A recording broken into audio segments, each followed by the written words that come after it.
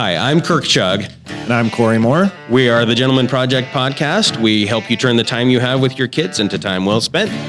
Yep, Kirk and I talked a lot about how to be better dads and to raise gentlemen, and we realized that more people wanted to be inspired and talk about that, and thus this Gentleman Project Podcast. We had lots of conversations with each other and with our friends, and what we decided to do was to record some of these conversations and bring them to you in a podcast. We hope you enjoy.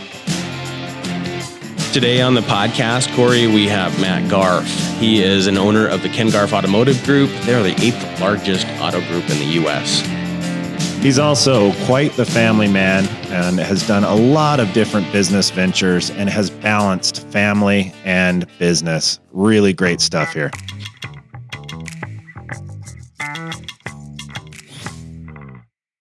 Matt, welcome to the podcast. Well, thanks for having me. Appreciate it. He's been a friend of the Gentleman Project, so we appreciate the support and the feedback that we've gotten from him. Matt is an amazing guy in our community. He's an owner of Ken Garff Automotive Group, and they are the 8th largest automotive group in the country, right? Right, yeah. And you guys have just about every brand under the umbrella, right? It's almost easier to say what we don't sell.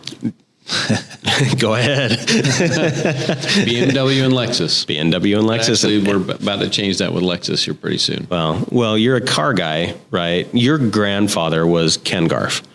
Correct. Is that right? So the Ken Garff Automotive Group, this is a family business. Yeah, you want the whole story real quick? Sure. Absolutely, yeah. Ken Garff, when I say whole story, maybe just a summarized, abridged version, so to speak. Ken Garff was my grandfather. He had 2 sons and a daughter. When I was on my mission, my dad bought out his siblings in the automotive business, and in 2012, my brother and I bought out our siblings. So that's my brother and I are the 2 main partners. We have one other partner in the company, but that's the quick skinny of the company. Wow. So family business. Tell us a little bit about being in a family business. Have you guys had any challenges? Yes, family business is always difficult, but as you've gone multi-generational, what challenges or what lessons have you learned about being in business with family? Well, yeah, family business is a difficult thing. It feels like it's the easy path to take because it's right there in front of you, but yet at the same time, it's hard because it's not just a business decision, it's an emotional family decision. And sometimes you're carrying emotions from 30 years ago from something my brother did, when I was a kid. So, and that has nothing to do with business today. And when you normally go into work and you're not in a family environment, you don't have to worry about any of that baggage that you bring along. So going into a family business is tough. It's tough. You have to figure out how to put your emotions aside and your egos aside to figure out what's the best thing for the company.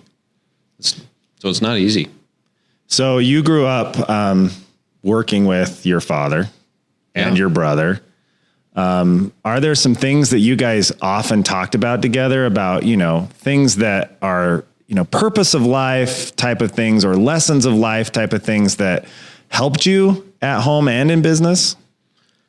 Yeah, my dad...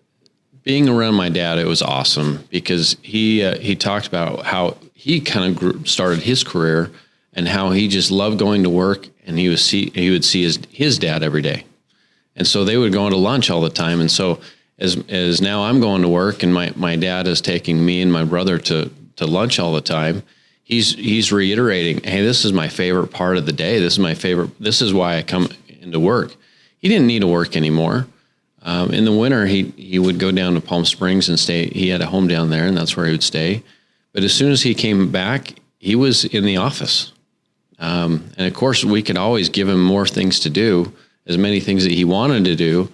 But with that said, he just wanted to come into work and go to lunch. He was one of the most genuine men I've ever. Granted, I'm a biased son, but he literally he had a way of being truly genuine with people that just it put them back on their heels because they're not expecting that out of him. I mean, just as an example, I'd be in a meeting in my office and he'd come knock on the door and come in and just pause the meeting to come give me a hug in front of strangers. And like, he just didn't even care who was there or whatever it was. It just, hey, That is awesome. I'm just coming to give my son a hug. Hey, love you all. See you later. I mean, he had kind of this token thing that he did. It was kind of saying my heart to your heart, so to speak. He'd pound his chest with his fist and then point to you. You know, so it was kind of like this message of, I got you. I'm here for you. I love you. And he would just do that with people he was around. He was one of the most genuine people I've ever witnessed in action. So Matt, for our listeners that don't know you personally and that might not have lived in the state, tell us a little bit about the past year in your family, and what happened with your dad. Well, I mean, 2020 has been quite the killer year, and no pun intended. COVID hit, and my dad was down in Palm Springs, and he was down there with a cousin actually, and they were just enjoying being together. They were eating off of each other's plate and so on, and they both came down with COVID, and they both actually ended up dying of it. My dad's cousin, he was the first man in the hospital that he was staying at in California that had COVID, the very first. And my dad was the third person in the state of Utah to die from it. So it hit us hard. The day before any of his symptoms hit, he was still out. He'd gone on a 30-mile bike ride. He played 18 holes of golf. He was still, I mean, there was nothing really physically holding him back from just enjoying life. I mean, he had bad knees, you know, and that was kind of holding him back. But other than that, he was still pursuing life. And so when he came down with COVID, he and my mom came down with COVID. They immediately drove home. They didn't know that they had it yet, but they were showing symptoms. They drove home, immediately got tested, went straight into quarantine. And we didn't get to see him again. You know, when he came down with it, again, we didn't get to see him. We talked a little bit on the phone, and he was progressively, it got a little bit worse. But and again, I don't know if many people kind of know the cycle of COVID, but it lasts about 2 weeks. In about 2 weeks, you're kind of past it. But for a lot of people, it still is. I mean, it just kicks their butt. Their energy level is down to nothing. And my dad was on day 11, and that's when it dropped into his lungs. So it's the sore throat that is the dangerous part of COVID, where the mucus. If it drops into your lungs, that's what fosters the pneumonia. The pneumonia leads to, basically lung failure. And that's what leads to people needing to be on the ventilators. And it wasn't until day 11 that it dropped into his lungs. So we were kind of all thinking that he was past it. He was starting to get better, or, getting to the end of it. And that's when it hit him. And within 4 days of being in the hospital, he passed away. So, sorry, it's kind of hard talking about your dad that way, but yeah. At that point, it was just tough, and you couldn't go to the hospital. And my mom had COVID. We couldn't even be there to give my mom a hug. It was a hard time. Yeah, that would be brutal. Let's talk a little bit more about your dad, because since we're talking about that now, when you look back now, and I'm sure you've done a lot of reflecting. When you look back now, what are some of the things that your dad taught you, or lessons he taught you, that you cherish and that you are trying to pass to your kids? Being around him, I just couldn't soak up enough. It was interesting, as here we have dealerships in 6 different states, and as we pull all the general managers together, of course, we're going through operations, and we'd bring in inspirational speakers and so on to be able to talk to them all. But it was so cool watching my dad as he would talk to them, because it was like you could hear a pin drop. Everyone was just hanging on every single word because he had a way of teaching truth. Didn't matter what religion you were, didn't matter. He wasn't bringing religion into it. He was just talking truth. Truth is truth.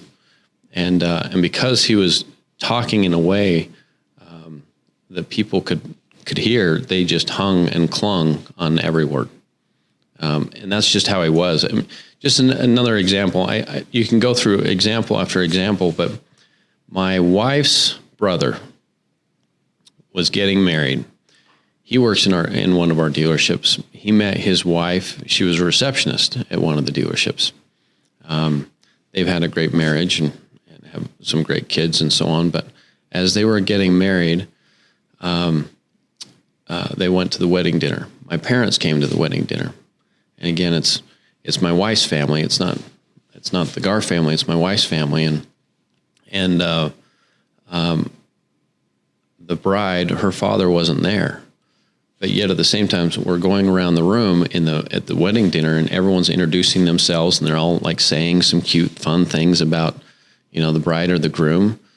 But my dad recognizing, excuse me, I get a little bit, I have to kind of take a step back, get my emotions back.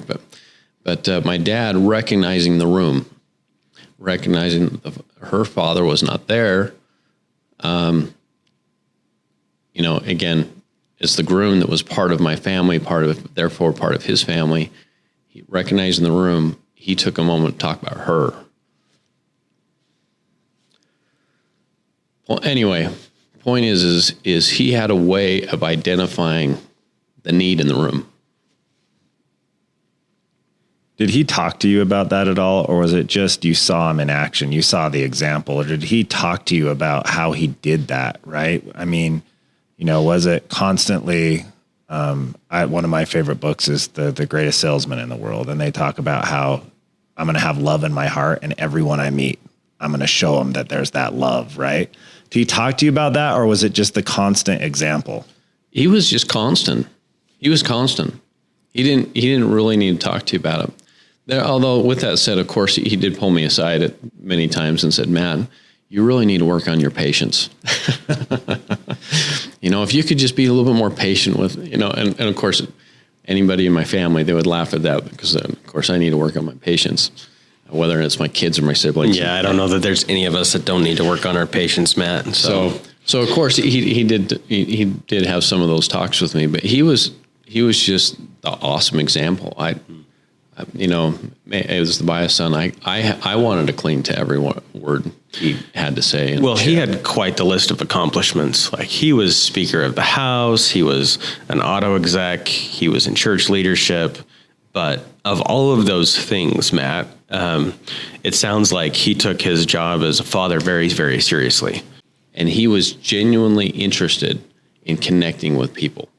You'd go into his office, and that's what really kind of would always set people back, is you'd go into his office, and he had this sense of humility about him, and he just was interested in you. And because he was interested in you, you really felt like he was seeing in your soul, he was connecting with you. He just had that gift. And it was not necessarily, it was not a high energy. It was just a soft, genuine, laser. I mean, I can't even think of the way to describe it. He had a way of just penetrating. That's quite the quality. That's really cool. So, when we invite podcast guests to come on, we send them, a list of things to expect and ask for a bio. And you sent something with the bio, and it was the Robert Garff family mottos and quotes. Yeah. We've got a family motto in my family, and it's that chugs do hard things. And we have a sign in our house, and we don't shy away from doing stuff that's hard. And I think that's been great.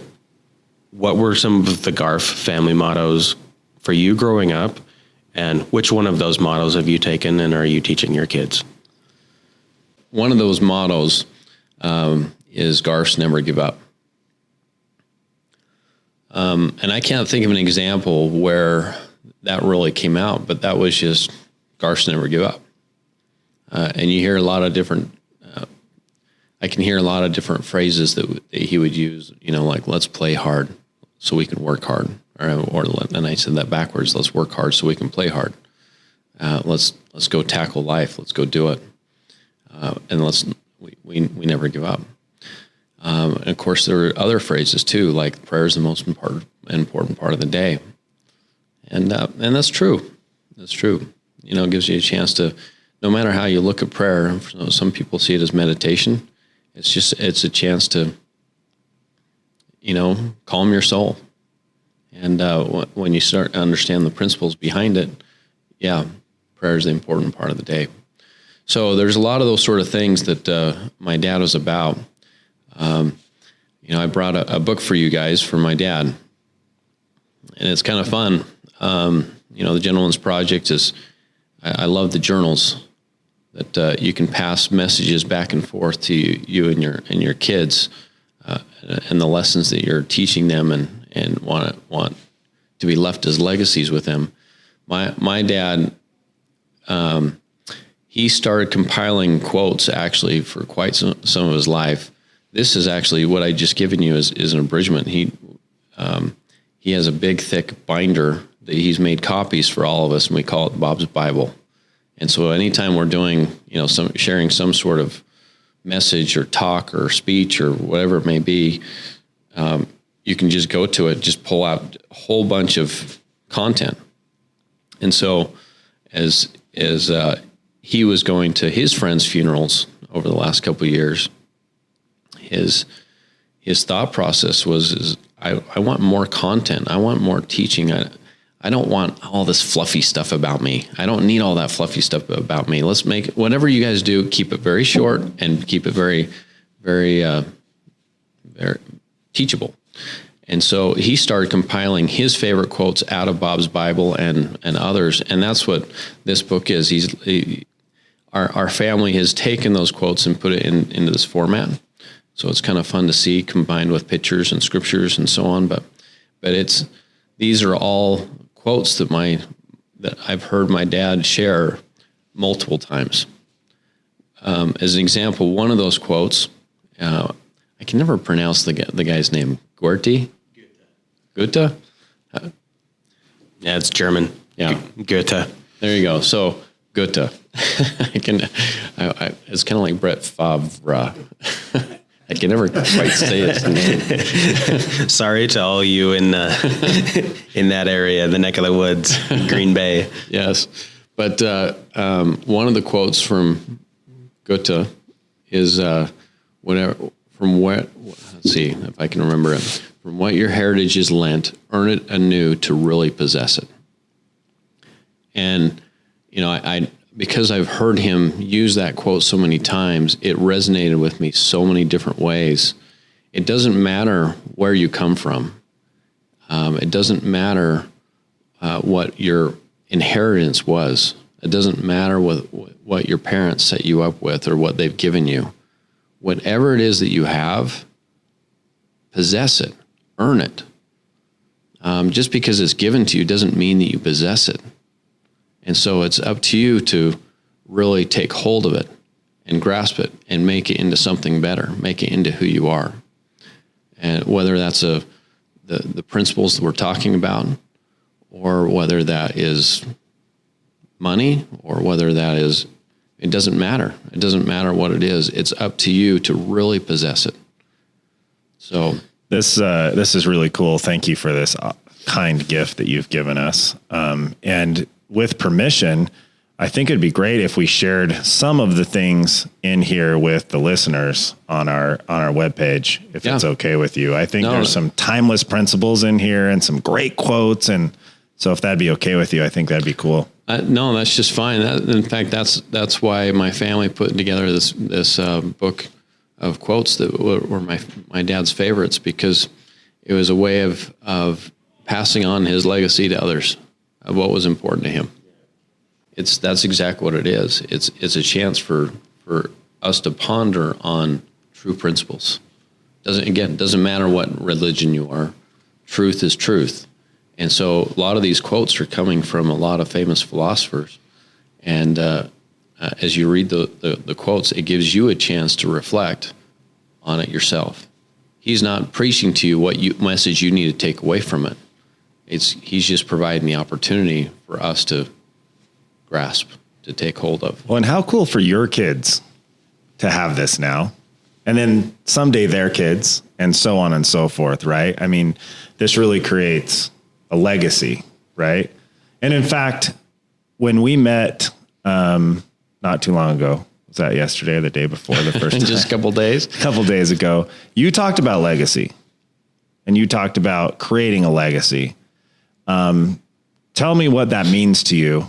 First of all, as me as an individual, who am I? Am I a consumer in this life, or am I a builder? Am I a taker, or am I a giver? So first of all, is what kind of person do I want to be? And that has an impact on how I interact with others. And again, by all means, I am not perfect by any means. I joke, and I'll repeat the fact that I need to work on my patience, right? But at the same time, that we all have our burdens to bear. So the first thing is part of legacy is who am I, and what do I want to be? What do I want to represent? And what do I want to aspire to be? With that said, is okay. Now I have to align my life with it. It can't be just a Sunday thing. It can't be just a church thing. No, it's for you to be true to who you are. In fact, that's one of the quotes in there. I want to say from Shakespeare: "To thine own self be true." First and foremost, you need to be true to yourself. And as an example, some of my best friends are not members of the LDS Church, and I've thought about why that is the case. Because these are people I greatly respect and like to be around, enjoy being around. And what through pondering, the conclusion I came up with was the truth that they have inside, the light that they possess. They're being true to that light. And so whatever level of truth and light that they have, they're honoring it. And those are the people that as I grow older, I just aspire, I just want to be around. I just want to soak up how they live their life. So first principle, as far as legacy, is it's important for me to find who I want to be. And I can't teach my kids anything if I don't know who I am. So that's maybe one thing that I think is really important about starting your legacy, is understanding who you want to be. Matt, we had a discussion the other day that I've thought a lot about, and I'd like to bring it up on the podcast. Talk to us about your journey of finding the difference between happiness and joy. Happiness and joy. There is a difference between the two. And in fact, actually, maybe let me use two different words: pleasure and joy, because happiness is somewhere in between. When you go skiing, who doesn't love to ski? Who doesn't love to water ski? Who doesn't love to mountain bike? Who doesn't love to go to the motor sports park? Who doesn't love, those things of life are fun. They are great. They should be part of life. But yet at the same time, that emotion that you feel is kind of gone 2 days later. And so the difference between that pleasure that is important to intermingle in our life and joy is something that lasts longer than adrenaline. Once the adrenaline is gone, geez, I got to go chase that adrenaline again. But the joy is something that lasts longer. So for me personally, while I'm an owner in Ken Garff Automotive Group, I'm not spending my work days much there anymore. And it's because I just got to the point where I wasn't enjoying the process anymore. And so where I'm spending my time now is on stuff that is more meaningful to me. And again, that was kind of a hard transition for me. I even hired a personal coach to help me just process my thoughts and help me focus what I really want to do. become. And not necessarily that I had the answer immediately, but it helped me refocus where I wanted to spend my energy. And so now I'm personally chasing a lot more things that are meaningful to me. And that's, to your point, that's really the difference between pleasure and joy is yes, I want to go skiing. I want to go water skiing. I want to go mountain biking. I want to go horseback riding. I want to do those things, but I want to chase the meaning behind it. And so to me, going back to your earlier question, that's what legacy is how am I helping my kids find that within them? How do they not only chase their passions, but chase passions that will impact lives? Do you have certain ways that you're teaching your kids the difference between joy and pleasure? I think that's something that all of us have to figure out in life, right? That we have to figure out where true happiness, or as you call it, joy, comes from versus pleasure. Not that pleasure is a bad thing, like you said. No, it's part of life. Right. I'm a huge golfer, and that's so exciting, and I love it. Fun. It doesn't necessarily bring joy. In fact, sometimes I'm really mad about it because I'm so bad at it sometimes, right? But Corey, you golf with your kids. I do golf with my kids, and that's totally different. That totally different experience, That right? is totally different. But I am trying to, like you, right? The whole reason for the Gentleman Project podcast is because none of us feel like we're just amazing dads, right? We're all trying to continue to be better, right? And many of us have great examples like you had your dad in your life, and probably others. But learning to figuring out how to teach your kids joy versus pleasure is a big deal. I talk to my kids and I say, there's nothing that's going to bring you true joy, true happiness without hard work. They go hand in hand. I tell them that all the time and try to explain that to them. And eventually they'll internalize that, I hope, by living, right? Right. Is there something you do, or is there anything that you found to help your kids understand those differences at all? That's part of where, again, I'm the struggling dad. I got to figure this out with everyone. I'm just trying to glean whatever information I can. But to the point that you just said, hard work is part of it. It's, I had a discussion with some kids about the difference between pleasure and joy. And one of them was on a mountain bike team. And I was trying to help them understand, on that same ride, that same race that you're in, you're feeling both pleasure and joy. It's not like one or the other. It's both. Now, why is that the case? So as you're racing down the hill, you're feeling the adrenaline. It's going through the roof. You're having fun just flying down the hill. That's the pleasure side of it. But at the same time, he worked so hard to prepare for that. And the work, in and of itself, is the reward. And so that reward of the work is part of that joy. And so things can be both pleasure and joy. But yeah, those principles that you just referenced, how do I teach my kids to have the work ethic so that they can find the reward on the other side? I'm struggling. I'm trying. They don't see it quite the same way. They just want to fight you on practicing piano. Okay, well, we gave up on pushing the piano. I mean, it just wasn't worth the fight. So, but it's the same thing. Guys, sorry, you got to mow every single week. And if it's not mowed by Saturday at 8, you got to come home. I don't care if you do it in the dark. You have all week to do it. So if you didn't do it Saturday by 8, you got to come home and do it. And that's kind of the balance of love and bold and I think at times I'm too much on the bold side and not enough on the love side. And my wife is probably on the other side, where she's too much on the love side and not too much on the accountability side. And so I wish I could become softer, and I wish she could become harder, and so we could balance each other and support each other. But point is, I don't know the answer. You can just feel the truth and the principles that go behind it. And how do I emphasize that? I don't know. That's where the Gentleman's Project is so great. I just want to pick up everything that these other fathers are doing, and how are they doing it? Well, that's, thank you for being honest about that, because we feel the same way. Like, a lot of times, like, we can ask these questions, right? We can sit here and ask the questions and expect you to come up with an answer, when we might be asking because we don't know the answer to. So that's exactly why I'm asking.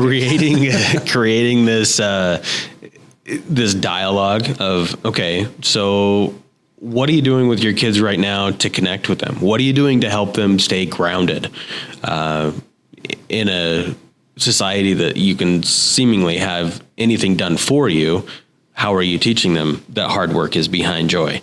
And those things, I don't think, and Corey and I actually had this conversation in the studio before you arrived, that there isn't a right answer for any of these questions that applies across the board to every family.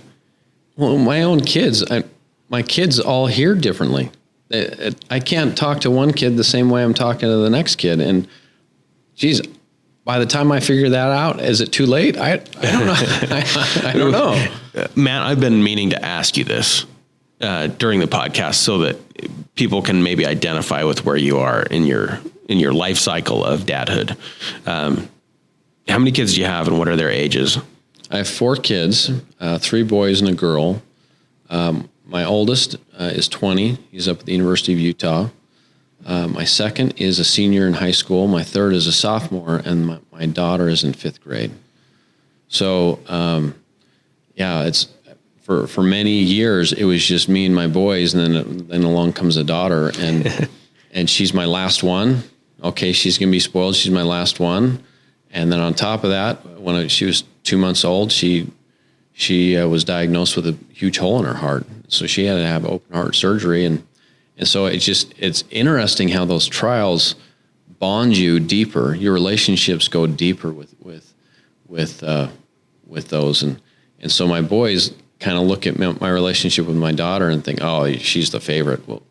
Well, yeah, I totally love her. I joke the fact that she's becoming extremely spoiled, exactly what I'm making of her, and I do that so any boy that she brings home knows that he can't compete. She's mine. Okay, so she's mine. And but with that said, is my relationship with my boys are different because of that. But yet at the same time, part of what you're asking, how do you stay grounded with them? I don't know exactly the answer. I do know that when my son went to BYU Hawaii for a year, the school out in Honolulu, and I was trying to get advice from other people that had gone down that path before. And one of the things that the advice came back was they're on the side of the island where not much is going on, and so they're going to get island fever pretty quick. They're going to get homesick pretty quick. The food isn't all that great. The dorms aren't all that great. They're going to get island fever. So just plan on either going out to go see them every 6 weeks or them coming home every 6 weeks. And so as my son left, and of course I'm trying to say it in a very less direct way. Hey, do you want to come home? At some point, should we plan on something? No, I'm good. I'll be great. Well, what about the deer hunt? Oh yeah, I'll come home for the deer hunt.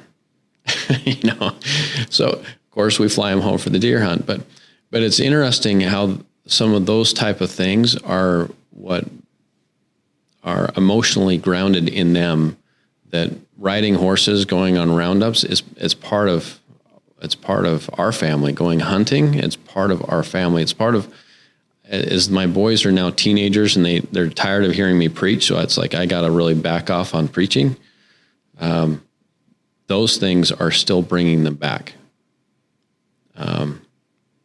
So anyway, I don't know if that answered your question. Well, that's a common theme I think we've heard in from some other dads is focused, like purposeful events or purposefully getting together, right? Makes it so that your kids remember that. They remember it more than the day-to-day when you take them hunting, when you do, take them to the racetrack, whatever it is that you do to have fun with your kids, right? Do you see that with your kids? Do you try to do certain events like that? Yeah, I do try to do some of those things. That's the balance between that phrase: play hard, work hard. When you can play hard, you you can have continual conversations about working hard because there is a reward. There is let's go play hard. Whether that's like, for instance, as my son was a senior, I took him and some of his friends up snowcat skiing. For me, that was a phenomenal day. And if I invited my son to go snowcat skiing again, he'd be all over it, right? So it's some of those type of things, the play hard. When you can play hard, it doesn't matter what it is. I mean, it could be fishing. It doesn't have to be something that costs a lot of money. It's just, let's go play. And when you can balance play with accountability, then it's the relationship of love and discipline. And if there's too much discipline there, you won't feel the love. If there's too much love, not enough, again, the balance between me and my wife, if there's not enough hardness, then there's too much softness. There has to be the balance between it. And I don't know where that balance is, because each kid is different. Each family is different. And that balance is just something that you got to keep striving for. But to your question, I find that those big events is what brings them back to the table. They want to come back to the table. We actually have a lot in common.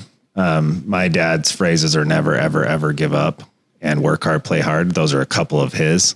And I remember very distinctly, we were playing golf for my first time ever in Scottsdale, right? And it's palm trees, and I haven't been out of Utah that much. And he looks at me on like the second or third hole, and he goes, "This is why we work hard." And that really sunk in with me. I was like, oh yeah, this is why we work hard, so we can do stuff like this. So that's very at home to me, what you're saying about work hard, play hard. I think that's a great motto in life. And you need both. There's no yin without the yang on the work hard, play hard thing. Right. You talked about patience a couple of times, and selfishly, that's one of my like worst things, especially with my kids, my poor kids. I have no patience. I have all the patience in the world with my wife for some reason, but not a lot of patience with my kids. And so I'm constantly working on that and thinking about how do I better my ability to be patient? How do I better my ability not to get angry or blow my lid, kind of a thing, right? Right.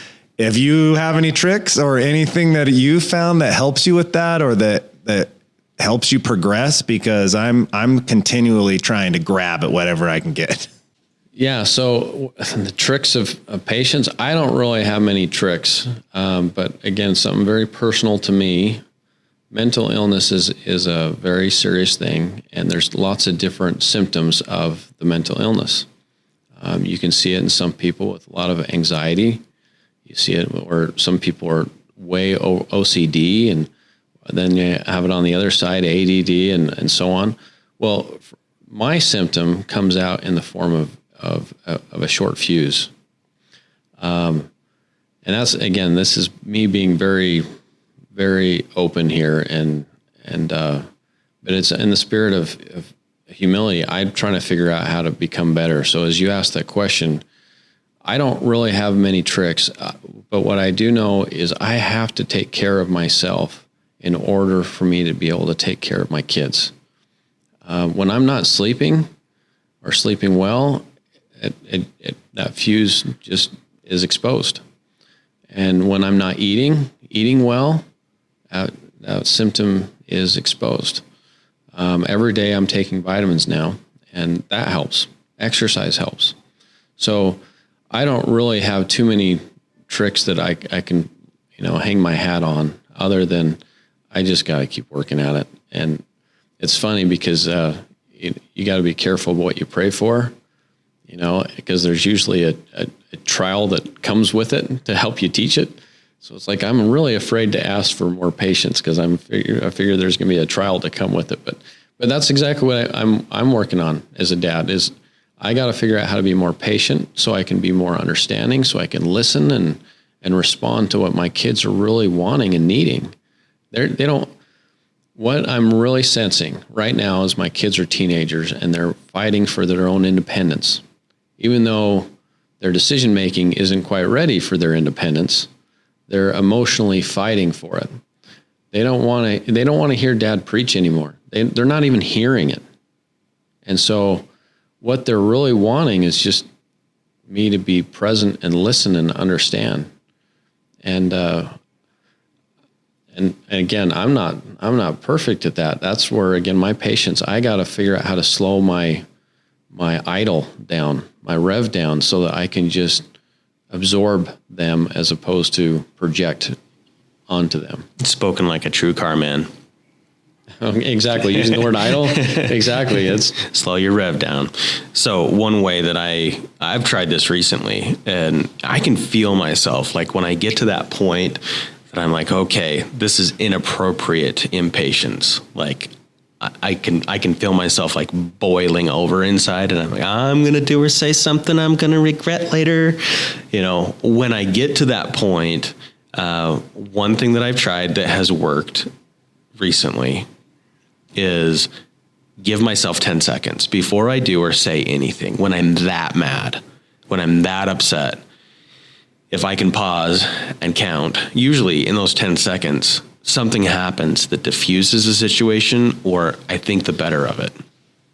And I'm not saying that that's going to work for everybody, but that's worked for me recently. And I haven't blown my top nearly as much when I do that, because I think about it beforehand. I'm like, I'm going to have to apologize later if I say that. Right.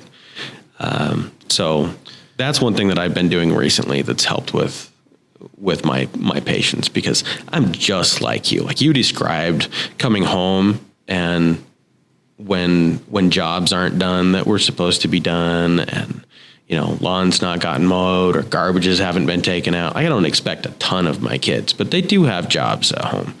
And when those simple jobs aren't done, I lose my patience pretty quick. And, in the grand scheme of things, it's important to teach them the responsibility, but also in the grand scheme of things, they also need to know that their dad still loves them, even though they mess up sometimes. So, yeah. And another principle that, to your point, you gave some really good tips there. Another point for me is the concept of free agency. And how am I helping my kids successfully make mistakes? I mean, that's a balance. For them to really progress, they have to make their own mistakes. And how am I providing that environment for them to do that? As between my wife and I, we're more of the helicopter type of parents, and that's part of why we have such high expectations. Is we're just, for whatever reason, inside of us, we want to see our kids succeed so much that we're kind of taking away their free agency, and because of that, we are the ones feeling the burden. We are the ones that are making them do their homework every day. We are the ones that are making them do stuff. And if you hear that common theme, is we're the ones making them. And so one concept that has helped me is, if I can embrace the concept of free agency, I'm just a steward. I'm not their mandator. I'm not their dictator. I'm just a steward to help them onto their own journey. They need to take their own journey. And therefore, for one thing that has resonated with me is, as I have tried to embrace that more and more, it's actually reduced my stress as a dad more and more. And as my stress level comes down, my ability to understand increases. My ability to hear increases. When my anxiety comes down, when my stress comes down, I can respond to them. But then with that said, is still, it's now their responsibility. If they want to choose to do whatever it is they want to do, that's their choice. And if I can embrace that concept, my patience actually increases, gets better. That's good stuff. I appreciate you saying that. I've thought a lot about that. My wife is better at kind of the action and consequence, right? She does not make my kids do their homework. And I'm always accountability. And what I've learned over time is that her way worked better for my kids anyway. I'm not saying that it always would work, but my oldest just now does her homework because the consequence was no phone. There wasn't an argument about it. It's just, if you don't play the violin or if you don't get your homework done, you're not going to have a phone later. But we're not going to have an argument about it. We're not going to be emotional. And that was not how I was going about it at all. Right. So I think what you're saying there would be very helpful to a lot of parents of, it doesn't have to be hard. You don't have to make them. You actually just need to teach them how the world actually is. You either do things or you don't, and then there's consequences, right? And there's, like you mentioned, there's this idea of free agency. I think that's killer. Yeah, we're just a steward. We're just a steward to them. Yeah, and I like that word. I've used the word and heard the word coach before, and you've helped us today. So I'm going to call you my coach today, Matt. Thank you for coming in and being open and raw and honest. I know that the loss of your dad and somebody that was such a huge influence in your life, talking about that, bringing that up and sharing that today on the podcast wasn't easy for you. So thank you. I commend you for your openness and your willingness to do that on the podcast. I think that will help a lot of guys. Well, I appreciate the opportunity to be here because, again, I see myself as more of a student of what everyone else brings to the table. So the best idea is the evolution of the idea, and I like to see where the evolution takes things.